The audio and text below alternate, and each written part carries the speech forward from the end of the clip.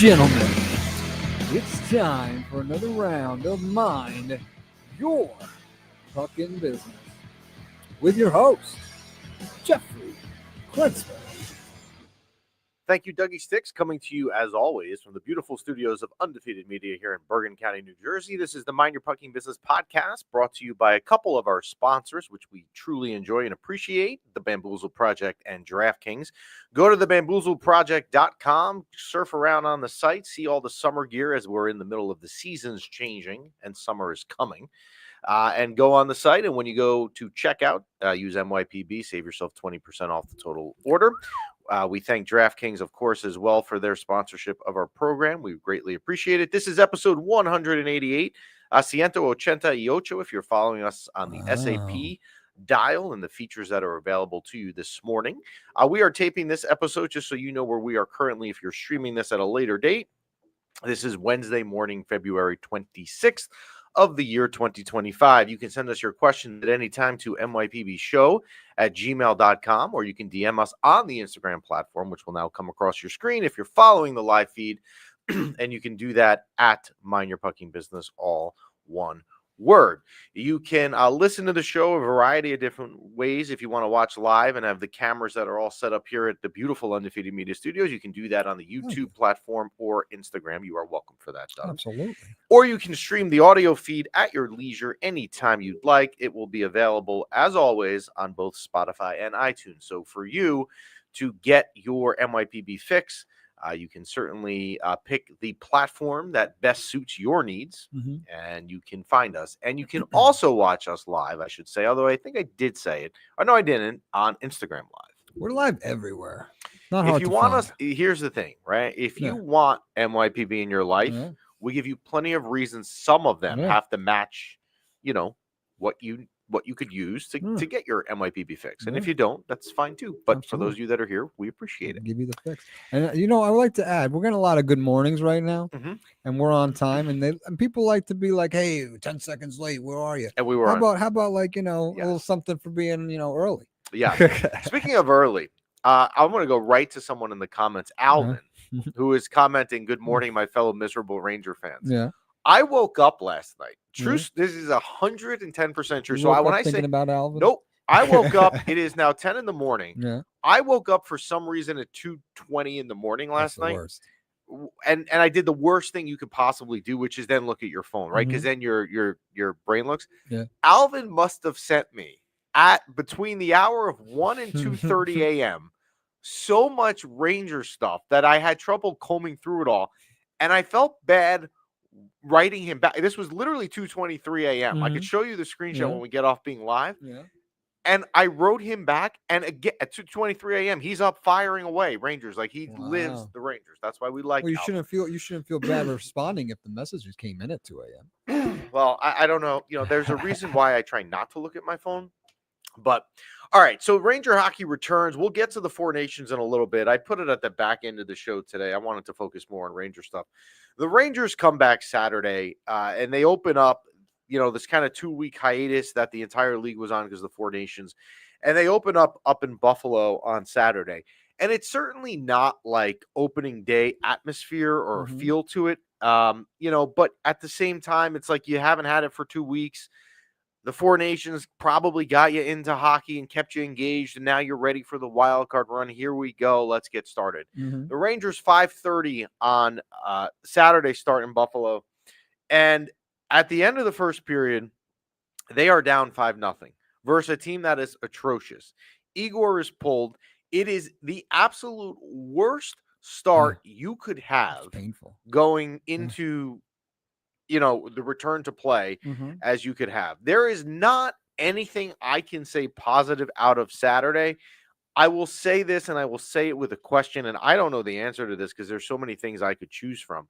If you could say what game or stretch of a game is the worst hockey that you have seen the Rangers play this year, there's got to be at least 20 options. Saturday versus Buffalo is an option. The Buffalo game that I was at that they got torched in November at the Garden is an option. The Philadelphia game that I was at in Philadelphia, where I believe they had 2 shots on goal the entire first period, and Mika missed the open net to tie it, that could be up there. The Devils game that I went to with Frank the Tank, that could be on there. There are so many options this year of just awful hockey that Saturday, yes, it sticks out, but it's not alone. Like there's just so many many things that at times this year, when we look back at this season, and obviously we hope it's in June, not April, but I'm not sure that that's going to be the case. But whenever the season ends and we look back, maybe we should actually have to think about what was the worst. But Saturday was up there. So Sunday, they go back into Pittsburgh on a back-to-back. Now, Pittsburgh had a similar experience to the Rangers, and no one really talked about this on Saturday. Pittsburgh had their first game out of the break. They had the Caps at home and got lit up in the second period. I believe that game was tied 2-2, and then you blink and it was 6 or 7-2. So the Penguins are coming off of also a horrific game the day before. Now, I've taken criticism, and I can see Chris is in the chat, and Chris likes to criticize me with this, which is more than fair. Again, I can take your criticisms. We're not going to agree on everything with everyone all the time. But Chris's argument to me a lot and is, you will find negatives in the wins, but then you don't find positives in the losses. Like losses are all bad, and then in the wins, you don't find any positives, which is fair. But I will say this. It is hard to find a positive really out of that Penguin game. They were outshot 40-16. They didn't deserve to win. And the only reason they won is because of Igor Shesterkin. And the interesting thing about this as well that I want to mention is on Saturday night, when Igor had a horrific game in Buffalo, there's no sugarcoating it. You let up 5 goals in a period to Buffalo. That's a terrible game, right? There's just, I can't argue it the other way. It's a bad game. And everyone then hits social media and says, well, this is why you don't sign a goalie to 8 years. The contract's going to come back and hurt you. Guys, it's one game. I understand. It's frustrating. But goalies have bad games. Was that maybe exponentially bad? Yes. But because he had a bad game in Buffalo doesn't mean that the contract for the next 8 years is bad. That contract of the next 8 years was signed based on what you have seen him do, like things last year in the Stanley Cup playoff, the Vezina stuff, right? The talent is there. Don't judge his contract on one game in Buffalo. So the Penguin game, and I said this to a lot of you guys on DM that wrote in about it, was you take the 2 points and run, was the words that I was using, right? You just take the 2 points and run. Because right now, if you're a believer, and again, I am not, but if you're a believer that this team is going to make the playoffs and get into the wild card, which we'll talk about in a couple minutes, that's all you care about. You take the 2 points and you run. Whether you play well or play lose, you lose. You take the 2 points and run. Yes. Last night, they go into Long Island, and I don't even know if I guess it's still considered Long Island UBS Arena, but I guess it's not as far out as the Nassau Coliseum was. I'll say that this was just surprising to me, and I hope that some of you guys out there took advantage of this. The secondary market last night for a Ranger Islander game was pretty low. Like you could get in for $90. I did think, it crossed my mind for a minute, do I want to go out there? Maybe I'll do it. But then I'm like, it was a 7:30 game. I'm like, I don't want to drive back. I've heard from people that have been to that arena that getting out of there is a nightmare with parking. So I said, screw it, I'm not going to go. But I hope that some of you, and I know some of you tagged us and stuff at UBS Arena went, but I hope more of you took advantage of it. So last night, the Rangers are outshot early 7-0. Again, just a bad start. Sorokin is not a go. Look, Igor is better than Sorokin. We all know that, and that's not being biased. But Sorokin is better than letting in 3 goals on 5 shots in the first period. He just had an off night. You like with the Rangers, obviously Brzezinski getting 2. Joe Micheletti kept saying on the broadcast that they were going to change Brzezinski's first goal to Brennan Hoffman. I don't think they ever did. So as far as I know, it still stands that Brzezinski had 2 goals. So he got 2 goals. Rempe scored. JT Miller. Sanity. And by the way, speaking of the Rempe goal, for those of you that are a part of the MYPB group chat on Instagram, and if you're not, and you like, Moses scored last night. Thank you, Alvin. If you like group chats and you love the New York Rangers, I'm telling you, the MYPB group chat is where it's at. So people last night, Rempe scores, and someone, I don't remember who it was, and I wouldn't call you out by the name anyway if I did remember, but I don't, said, "Oh, Jeff's going to have to eat his crow or something with Rempe," and we're not Because going of to do one that. goal. Because of one goal, his second of the year.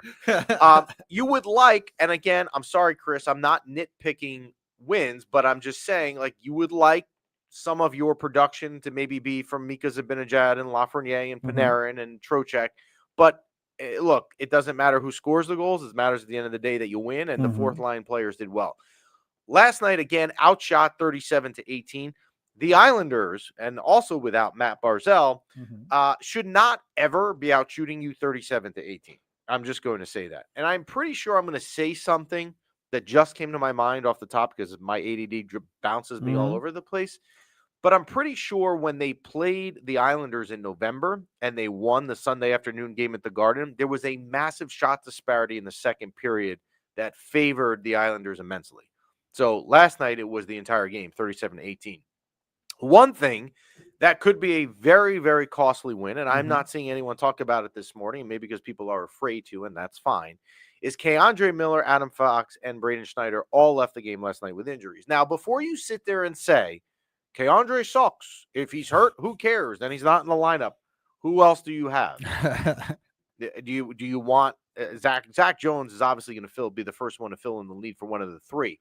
But if you have more than one of those three missing extended time, that could be a problem. And if you have three missing time, that could be a real problem. And the thing that worried me with Adam Fox is it looked like it was his shoulder. The way he landed on it in front of the net, as well as when he was holding it, skating off the ice. Schneider, I thought at first, when I watched it, was just he got hurt just blocking a shot. But it looks like it might be more than that, and hopefully not. So the Rangers open up their first three games after the Four Nations face-off, going 2-1, getting 4 points out of 6, which again is all that matters, especially when you're in a wild card race. So if you now look to the wild card picture overall to see where we are as of this morning, which is again February 26th when we're taping this, Columbus occupies the last wild card spot at 64 points. The Rangers, who have played the same amount of games as Columbus, sit at 62 points. So let's go. So they are 1 So you're saying point. There's a chance. There's definitely a chance. And I see you guys on the Instagram comments. I will try to get you guys stuff on. Yes, go ahead. Speaking of the Instagram, which you kind of touched based on with the Igor conversation, and correct me if I'm wrong, Matthew Sally brought it up. There's been a lot the last few years of Igor chants, a lot, like during games and whatever. I feel like we've had less Igor chants this year. Is that accurate? Probably because he hasn't been as good. Okay. And one thing, Chris, the Rangers, I don't know if you're responding to me. I don't see all the comments, but the Rangers did play the Islanders in November. It was the game I was talking about with the shot disparity of this season. It was a Sunday afternoon game before the following game, which was that Buffalo disaster game on a Thursday night. So they sit 2 points out. Now, this week is a weird schedule. They are home for 3 games, but it's 3 games in 4 nights. They will play Toronto, who right now leads the Atlantic Division. And if you do get into the playoffs and you make the wild card, you would have a 50% chance of playing the winner of the Atlantic Division in the first round. So they play Toronto on Friday night. I will be there, or I plan to be there for that, actually. They play Sunday night at home versus Nashville, and then they play Monday at home again versus the Islanders. So some interesting games coming up for sure. Absolutely. Before we get into some of your questions and answers, and you guys submitted a ton of questions, particularly Alvin at 1:30 in the morning. I wanted to say a word. One of the questions that came up, and you guys had asked me to talk about it, but I promise you it would have been spoken about anyway, was Al Troutwig. Al Troutwig passed away on Monday. And I know, I tried to think of myself as not being old. I'm not going to say my age, but it's not that old, but it's not young either. And I know that a lot of you that follow us on Instagram, because I see your pictures and all that stuff, are much younger than me. So if I was a Ranger fan, or I'll even throw B-Rock in the mix, our executive producer in the corner, who's a Devil fan because the Devils are on MSG also, you probably are not as familiar with Al Troutwig because Al Troutwig hasn't been on the air of MSG since 2019. And if I told you now, where we sat here, okay, who is the voice of the Rangers? you would say Sam Rosen, and you would be right. Sam Mhm. Rosen is definitely the answer of who would be the biggest voice of the Rangers in the past 30 years. It's Sam Rosen. Al Troutwig, and I was trying to think about this last night. I maybe someone out there knows. I don't think he never was a play-by-play guy, but I was trying to think back, like, did he ever like fill in play-by-play one night? And I kind of wanted to say he did maybe on occasion, but I'm not sure about that. Al Troutwig was a straight up studio guy. You wouldn't have seen him in the booth. He kind of was the equivalent of what John Giannone is now, if you follow the Rangers on MSG Network, which, by the way, is back on Optimum, which we'll get to Ooh. in a minute. And he just was like synonymous with MSG. If you followed the Knicks, he was there, and he always, you wanted to see Al Troutwig's reports, even on the post-game show. He just was a wealth of information. He covered a ton of other sports. Like, I have no interest in women's gymnastics. I'm sorry, I don't.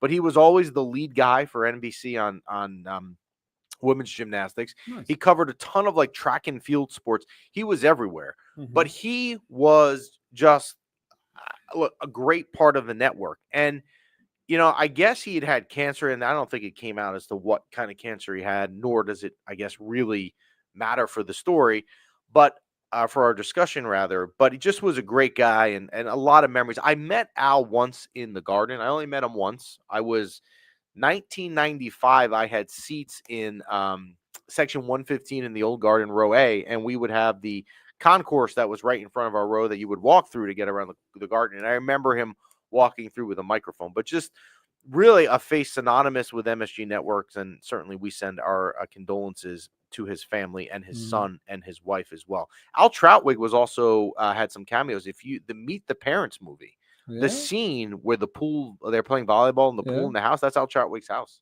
Wow. Yeah. Was he? Did you see He was him not on in the screen? movie. Oh. He made a cameo in some movie, and I'm forgetting what it was. I don't think it was Meet the Parents. He was in some movie around that time frame that was popular, and I can't remember what it was. But just a great guy. And so we send our condolences. So last week we are actually yesterday, I decided to allow you guys to submit Q&As because you guys usually like that, and I don't do it as much because there's always been a lot going on. Cool And Runnings. Cool Runnings is what he was in. Thank you, Chris, Scud, the other Chris, who wrote that in. That is true. He was in the movie Cool Runnings with the Jamaican bobsled team. Yes, that is true. And classic. And now the scene comes back to me as we do it.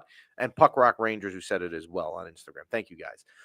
All right, so yesterday, we had put out there that we were going to allow you guys to submit your questions, and we'll answer as many of them as we can. When I went to group them together, one question far and away exceeded the other questions. Yeah. Why do you look like you're worried about this? No, not worried. I'm laughing because the first question that came to mind that people are probably asking is, why is Rempe the best player on the Rangers? That was not it. Sorry, I didn't even see that question. Remsanity. I didn't even see that question listed. All right, so the most popular question we got in the Q&As is, with the trade deadline, what should the Rangers do? What should their approach be? The trade deadline now is 9 days away as it approaches next Friday.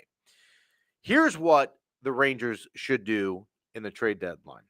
We always talk about trade deadlines. Are you a buyer or a seller? I'm going to come up with a little bit of a different term to answer it than maybe what we normally would use. I like it. You need to be a long-term buyer. What does that mean? I'm buying for the long term. It doesn't necessarily mean I'm selling off, but am I going to go out this year and get a Vladimir Tarasenko, a Patrick Kane, an Andrew Kopp, a Frank Vetrano, someone who is a rental, has no term on their contract beyond the next year? This is not the year to do it. And the reason it's not is you can be in this argument that this team is going to make the playoffs in the wild card. And again, I am not on that boat. But if you're on that boat, that's fine. You very well might be right. But I can probably say with some confidence, the way that this season has gone and the way that they've played, I think they're going to have a hard time winning 16 games in the spring versus top opponents in the playoffs if they get there. Yeah. And this is not the year to buy short term. So if I can sell, if I can trade, let's say a Keandre Miller whose contract is expiring, a Ryan Lindgren whose contract is expiring, and I can get back, or Jimmy VC who's unhappy here, and I can get back someone whose value maybe isn't immediately felt right now, but is felt 2 seasons from now, then guess what? That's what they should do. Be a long-term buyer. Sell where you can, but you're buying your value down the road, not for now, because this is not the year you're going to make a run. I'd love to be wrong. And look, if you want to believe that the playoffs are a new season, as I see Emma is saying right now in the YouTube stuff, that's fair. And maybe Igor can carry you for a series or two. But I think the way that this team is with the lack of production, like when was the last time Panarin scored? When was the last time Lafreniere scored? When was the last? I mean, Kreider, I don't even know what's going on. I don't even know he's on the team anymore at this rate. So, what? Like, I don't know. Like, I think the approach for me is I'm buying for the long term. It's not just selling, right? I'm not just getting rid of stuff to get rid of stuff. I'm getting rid of stuff that my roster is better next year and the preceding years after it. It's not worth the gamble. Or the following years, I should say. Well, yeah, it's not worth the gamble. You're gambling that you're going to be in the playoffs and you want to do well in the playoffs, so you're going to try to get something short term. Like this is not the year to do it. We're not worth the gamble. This is not the year to do it. And yes, Chris, I said it about Panarin. So, my question to you is the number one thing, if we were going to do this long term thing, looking for some talent, like number one defenseman would be on the top of our list? So part 2 of that question was, what would you trade for? Right? Again, your hockey knowledge has only continues to impress me. Thank you, Douglas. Thank you. You know that there's a high likelihood that Ryan Lindgren is not back here next year. There is a chance to me Keandre Miller is not back here next year. And I also think that Zach Jones is not looked at favorably to fill those spots because he probably would be in them now. I think this team, if I was trying to get something, I would be trying to get a defensive defenseman that, again, has term on their contract, maybe 2 or 3 years left on a deal. That's what I'm doing. Like for me, and I'd have to think this through more, but if I traded, let's say, Jimmy VC, who's useless to me, and I traded Jimmy VC and I brought back a defenseman no one here has ever heard of, but that guy was just a defensive defenseman and he plays really good defense because the Rangers have been atrocious in their defensive end this year.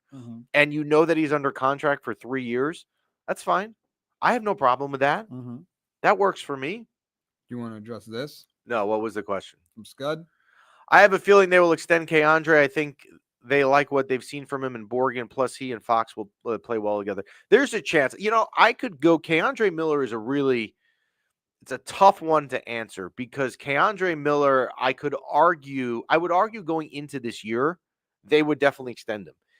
And the reality is he's had a bad year and there's no way around it. Now, has it been bad enough that you just automatically assume he's going out the door?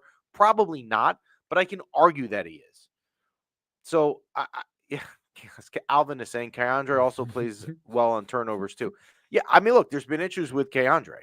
Owen Power, Dave is saying on Instagram, I don't know that the Rangers would have the assets to get him. I would love him to. It's like this whole Brady Tkachuk things that everyone's been DMing me about, right? I really think they're going to get Brady Tkachuk. How? What assets do they have to get Brady Tkachuk? The Ottawa Senator owner and GM they're not Ranger fans. They're not going to give him to you for nothing. They're got to feel like they're going to get fair value, and the value that they feel they're going to get for him has to be pretty darn high. And the Rangers, I just don't think have that. So I don't know. So I would be a long-term buyer. Another question that came into it, and I'm surprised. I have to say, I'm surprised at this question. And I'm not saying that being rude if you're one of the people that asked it, but they talked about going into a rebuild, right? Should the Rangers go into a rebuild, blah, blah, blah.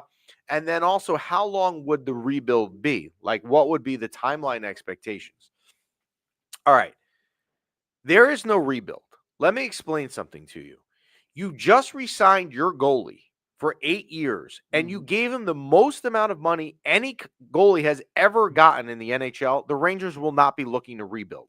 They're not looking to use the prime years of his contract in a rebuilding era. Now, what you may do, and they will do this, and they have to, is obviously make smaller tweaks and amends to fix what is currently the problem. But they're not going to go into a rebuild with Igor Shesterkin signed at that rate, because if the mindset was, we're going to take 3 years here and rebuild everything, which, again, they're not going to do, you would never re-sign your goalie for that. They will retool, not rebuild, as Scott is saying on YouTube. And that is correct. They cannot go into a rebuild with a goalie playing out of his mind like Igor is, that was just re-signed for 8 years. So I wanted to save this question for later when you do your four. I don't want to go into Four Nations, but we talk about rebuild. We talk about making tweaks. There were a good amount of Ranger players on Team USA. So how come we can't translate that? And if we were to do a rebuild, like those are your assets that you would get something back for. So what are you going to do with that core that's like they're supposed to be top talent in the whole NHL? You got 3 or 4 guys on Team USA. You got Mika on Finland or Sweden, whatever. I don't know that. So the Rangers had a pretty bad showing at the Four Nations. I mean, look, if you guys want to sit here and try and sugarcoat it, like they played well in the defensive end or something like that, I mean, whatever, you can think what you want. I'm going to disagree with you.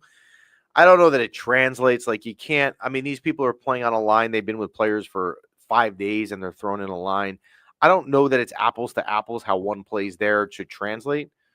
My point is the whole NHL. You have a team. Team USA is what, 20 players out of the whole NHL, and the Rangers got what, 4 guys from the Rangers are on a Four Nations team. Those are top. They should be top talent in the NHL. They're not performing top talently for the Rangers right now.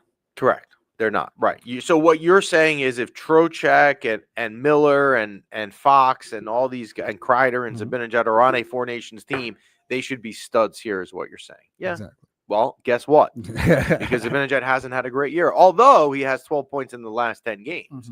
So, I mean, he's been better for sure. That may be the JT Miller effect. Kreider, again, I'm not even sure if he's even on the roster anymore at this rate. But you're right. They should be better. And Trocheck has had like a very hot and cold year. He started cold, then he got hot. Now he seems to be cold again. I mean, if Russia had a team, Panarin would have been on it. Panarin's been bad.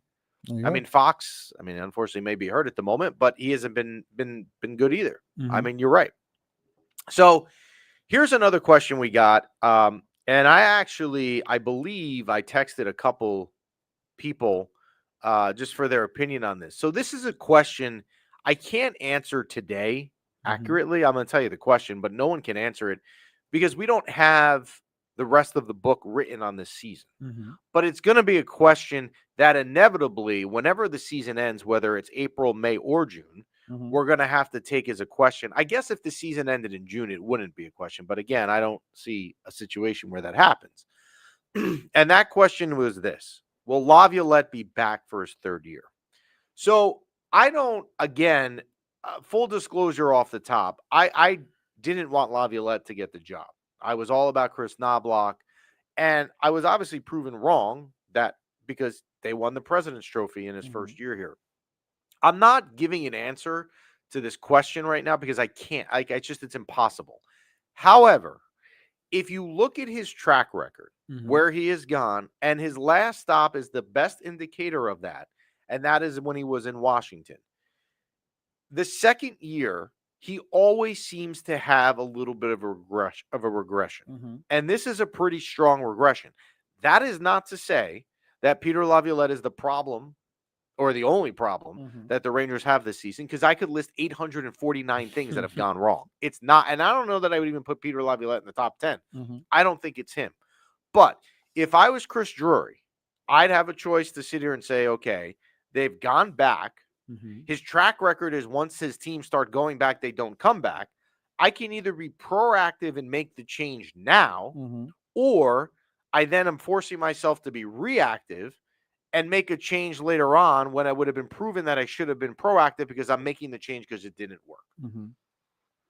I just, it's a lose-lose situation. yeah, again, it's a hard question to answer, mostly because of the fact the book hasn't been written in this year. Mm-hmm.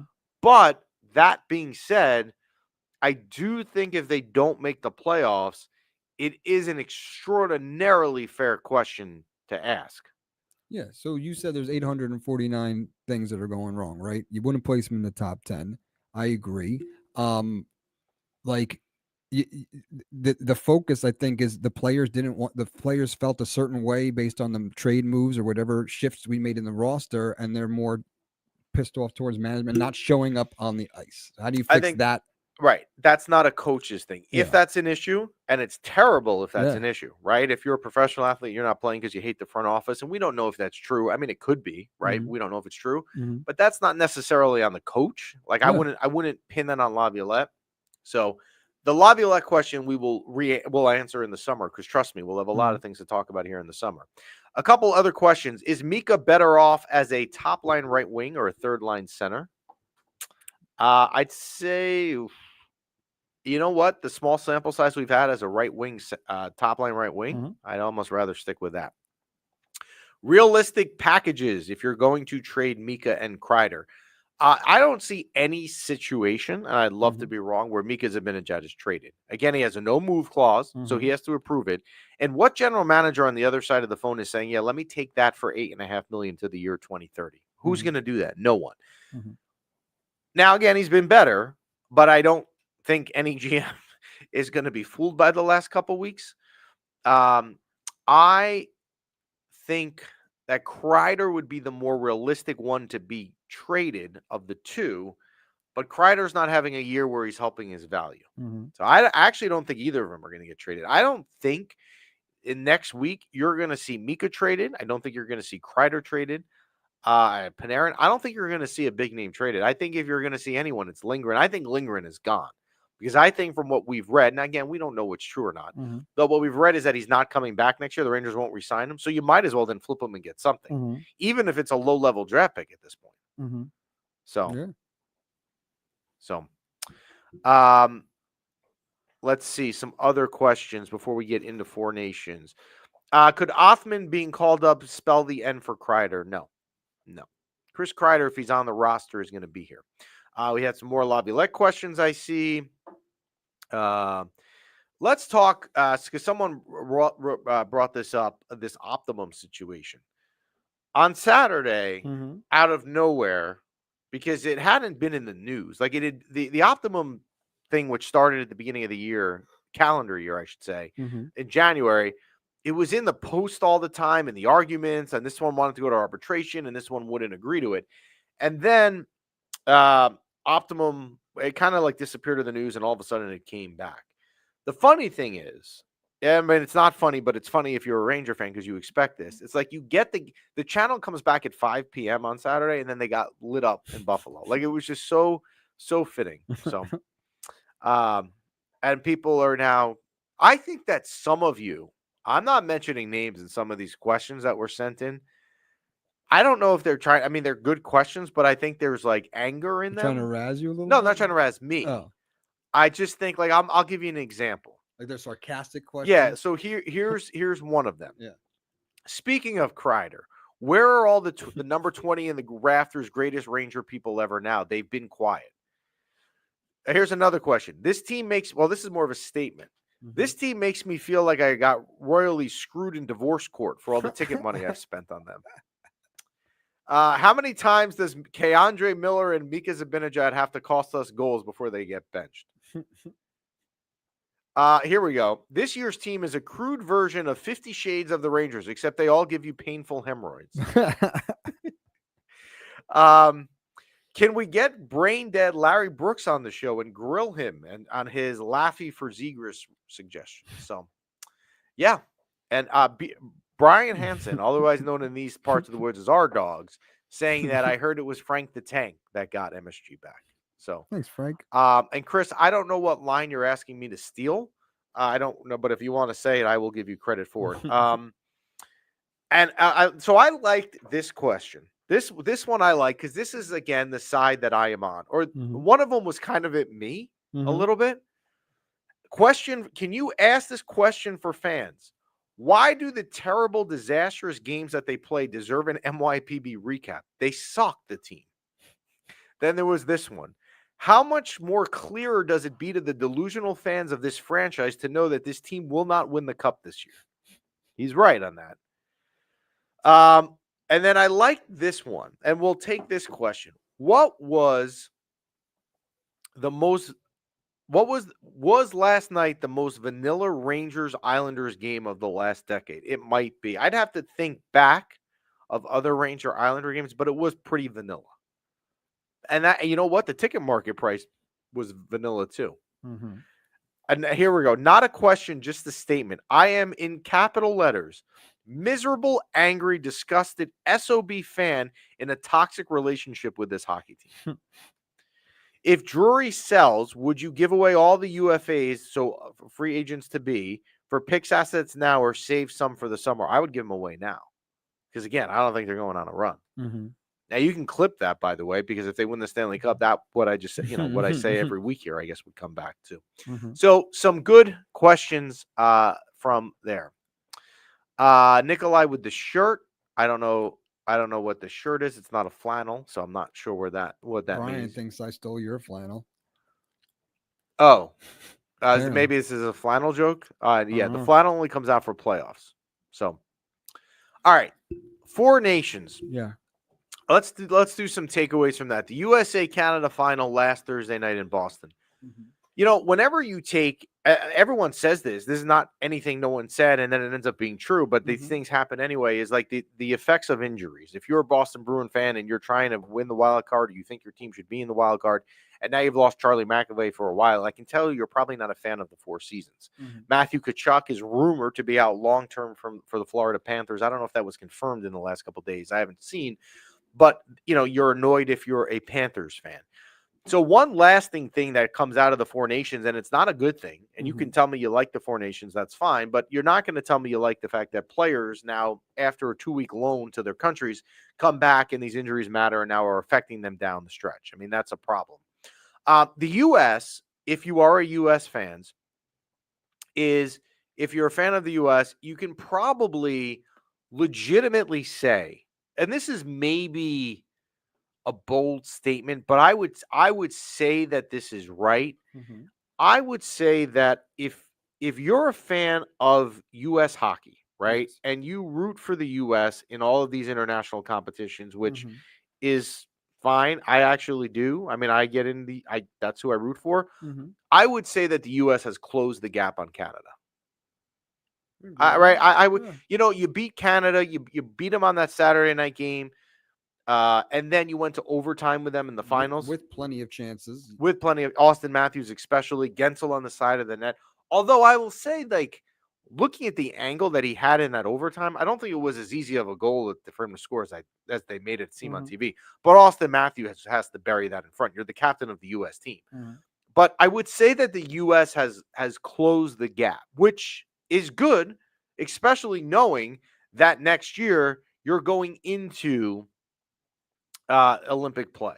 And Canada will be a team you see. Now, I would again, I don't know the politics behind it. We don't do politics here. You might as well talk to me in Chinese if you're going to do that. But I would like Russia to be in it because I think the Russian team would be good, and I think it would only add more intrigue to it. Would I like Russia to win it? No, but I would like to see, if you're gonna sit here and say that the Olympic platform and the Olympic stage is the best brand of hockey that you can get for international play, which I would agree, then Russia has to be in it. I mean, how could you tell me you've won the Olympics and it's the greatest thing ever if Russia's not in it? So, also overtime, the overtime goal. I don't know if this was Austin. Someone can tell me, was this Austin Matthews' fault or Adam Fox's fault, who was on the ice? How is Connor McDavid, of all people, left so open in the slot? That to me, there's things like you could lose on ways, and you could say, well, you know what? We couldn't have done anything. We just got beat by a really good player. And you did. But how is Connor McDavid, of all people, in an overtime game, left wide open in the slot? Somebody there blew the defensive coverage. Well, yeah, you see it. Whoever was playing that middle zone area completely goofed and should have been in on McDavid rather than like chasing the puck to the top of the key. Yeah. I mean, it just, but I don't think, again, like if you're a U.S. fan and then, U.S. people with their posting getting annoyed, it's the four nations. It's not the Olympics. Like I wouldn't lose sleep over it, but you should have probably, I would say, I would be a little bit more confident in the U.S.'s chances next year than I would have told you I would have been a month ago. Like, because I'm seeing what they did. Yeah. They will have the definitive advantage in goaltending. Connor Hellebuck should be back. I mean, Binnington played well, and I said last week if they were going to win, Binnington had to let in a Binnington type goal, and he didn't do that, and the U.S. didn't win. But Canada's not going to have all of a sudden a goalie next year that's better than him or more consistent. The U.S. could win the Olympics next year. Would be great. And if anything, this kind of like, pissed them off a little bit, wanting more rather than, getting soft. We'd rather them lose this, get mad, and win the Olympics. Yeah, if you're going to pick one it would be that. So I would think that the grandest stage for international play, like on any teams on any platform, would be if you could get U.S. versus Canada in an Olympic final like we had in 2010 when Crosby scored that goal on Ryan Miller in overtime. That, if you could get that next year, that would be like Stanley Cup Finals Game 7 material. It would have to be. You would be all over it, and you would be a fool to not be all over it if it's U.S. and Canada on the Olympic stage. Next week, I believe Casey Hudson, who works for Nesson up in Boston, is going to be on with us. She covers the Rangers as well, which is great for her to be on next week. She, I believe, was at the Four Nations, so we can ask her some of your Four Nations questions if you want, because she was in the building last week. So that's it on the Four Nations. The Rangers home Friday night against Toronto. As I mentioned, I should be in the building for that. Then back-to-back home games Sunday night against Nashville, and then a rematch with the Islanders on Monday night. You are in a position now where, forget when I take the negatives out of wins, right? If you want them we all want them in the playoffs, but if you think they're going to make the playoffs, when I'm telling you negatives about wins, tune me out and mute me, because all you should be caring about is points. And when I pull up that wild card standings one last time, you have Columbus in that last wild card slot at 64. The Rangers, Ottawa, and Boston are all tied with 62 points. But what's starting to happen now, and this is going to be something to keep an eye, is now there's starting to be a little bit of room between Boston and Montreal and Philly. So if you could lessen some of the teams behind you and create a distance of the teams behind you and make it harder for them to catch you while you're trying to catch someone right above you in Columbus, I you know what? I mean, that's what you need. The Rangers will play Columbus 2 more times. They're home against them next Sunday. It's a big one. At 6. I actually might go to that now that I think about it. It's a 6:00 game next Sunday. Basically a playoff game. You know what? And my kids, I thought, had sports next Sunday, but they don't now. I think I'm going to go next Sunday. Hey now. Here we go. We'll do some food reviews at MSG too while we're there. Eat some unhealthy food. So a big 3 games for the Rangers coming up. Every game is big now, right? It's all about take your 2 points. And you need to also hope today, who knows if the Rangers will say anything, that the injuries to Miller, Fox, and Schneider are not that bad, because if they're all out for an extended period of time, that's a major problem. That would be catastrophic. Yeah. You've lost half your defenseman injuries. So let's hope that's not the case. We thank DraftKings for their sponsorship. As always, we thank the Bamboozle Project as well, bamboozleproject.com. Plenty of MYPB gear. And if you live in the Northeast, which I think most of you do, although I know some of you today are watching from Sweden and Chile, so you're not in the Northeast. But if you live in the Northeast, you do know that there is a chance that spring is finally here. Like, the weather's getting there. Yeah. And there is plenty of good spring, summer-like gear on Bamboozle Project, whether you like a MYPB water bottle, T-shirts, bathing suits, flip-flops, I think, are on there. Yeah. And if you want something, let us know. We'll get it made for you. Yes. And Emma, I will not be at the Garden on Sunday. I could see that comment. I actually, if I am miserable next week for my real job, I have to go to San Francisco for like 24 hours on Sunday for work. So I will not be at the Garden on Sunday or Monday. I'll be flying back Monday night. If you've ever broken, yeah. So George brings up a good point. If you've ever broken your collarbone, that's what it looks like. I'm assuming he's referencing the Adam Fox injury. The Adam Fox injury, I would think, is not something that he's day to day. I hope I'm wrong, and I hope George is wrong, but I'm gonna guess that it's more. Paul, if you need a hoodie, Paul, do me a favor. Send me a text. We'll see what we can do around here. Send us a DM. Nikolai, we will not get into. Yes, Nikolai, I'm going to San Francisco for my other job. Yes, my real job. For 20 hours. So that is it for this week. We thank our sponsors as always. We will be back with you, hopefully with Casey Hudson. And next week, by the way, when we are here on, we will be here on Wednesday. We will be 2 days away from the trade deadline. So we could have some trades in between now and then. There's a lot going on. Stay by your phone, stay by your Instagram, but keep MYPB streaming. We appreciate you tuning in, and we will talk to you next week.